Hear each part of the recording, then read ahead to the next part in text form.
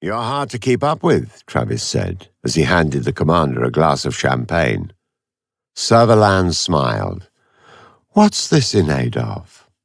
"It's a celebration of the fact that you're still alive after an assassination attempt, which I thwarted." "That was very clever of you." "It's what I do. I watch your back while you dart hither and thither, sometimes despairingly, looking for dissidents and renegades or terrorists to maim or kill. There are a lot of them about. I would remind you that terrorism, like charity, begins at home." "Who was it who tried to have me killed?" Travis shrugged. "I've no idea. It could have been anybody. You're not exactly everyone's favorite, Supreme Commander, and would-be president." Servalan licked the rim of her champagne glass and smiled again, this time coyly. "I'm not supreme yet." "You will be." "Jubal didn't talk then." "He didn't have anything to say." "What about the lead assassin?" Travis sighed. "Died during the course of my interrogation." "That was careless of you." "Well, he had a cyanide capsule in one of his teeth. When the interrogation got too rough for him, he bit down on it. I've never liked the smell of almonds, or the smell of death for that matter." "But it's what you deal in." "We both deal in death, Servalan. It's our way of staying alive." "What about the actress who impersonated me?" "Well, I have my doubts about her initially, but she did a good job. I killed her with some reluctance." "Why kill her?" "Well, we couldn't have her running around telling all and sundry that a group of terrorists had succeeded in penetrating our security. That might encourage others to have a go." "They will anyway." Servalan studied Travis carefully. "What happened to the money?" she asked slyly. "Half of it's hidden in your personal account." "What about the other half?" "It's hidden in my personal account." Servalan laughed. "Well, I suppose you earned it." It was Travis's turn to study her carefully. "The fraudster who inadvertently led us to Jubal's plot, he could be dangerous. What have you done with him?" Servalan bit her lip. "He was given a swift trial. He was convicted, of course." "And?"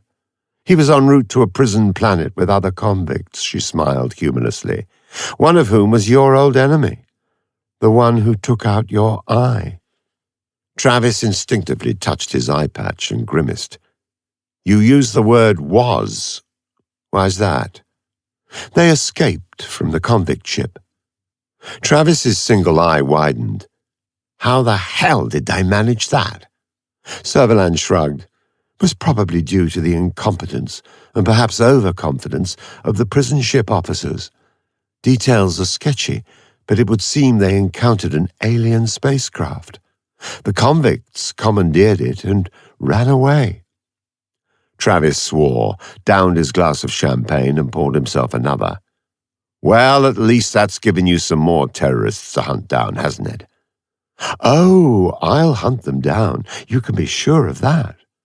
Servalan moved very close to Travis, took his glass from him, and sipped from it. "Might you care to join in the chase?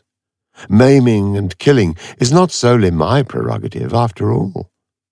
She licked her lips lasciviously. "What was the name of the man who deprived you of half your sight?" "You know damn well who it was," Travis said quietly. "I wanted him dead, but you tell me our esteemed justice system merely condemned him to a prison planet. I suppose that's the price we have to pay for pretending there's a smidgen of democracy left in the Federation." Servalan frowned. "It is taking rather longer than we thought to get rid of it.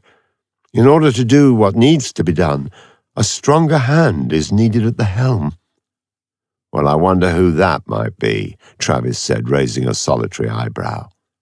"The man's name is Blake, in case you'd really forgotten," he added, and shook his head resignedly. "He's a zealous righter of wrongs, almost messianic in his zeal, and consequently a formidable opponent." "Avon, the fraudster, would appear to be his exact opposite," Servalan said. "A disciple of the devil, perhaps?" In which case their combined forces will have created an unholy alliance, and all hell is likely to be let loose. That's a pretty good summation, Servalan said, nodding sagely. But the loosing of hell is definitely my prerogative. I take it that you're indicating you would care to join me in hunting them down? Just as long as I'm in at the kill, Travis said, smiling bitterly.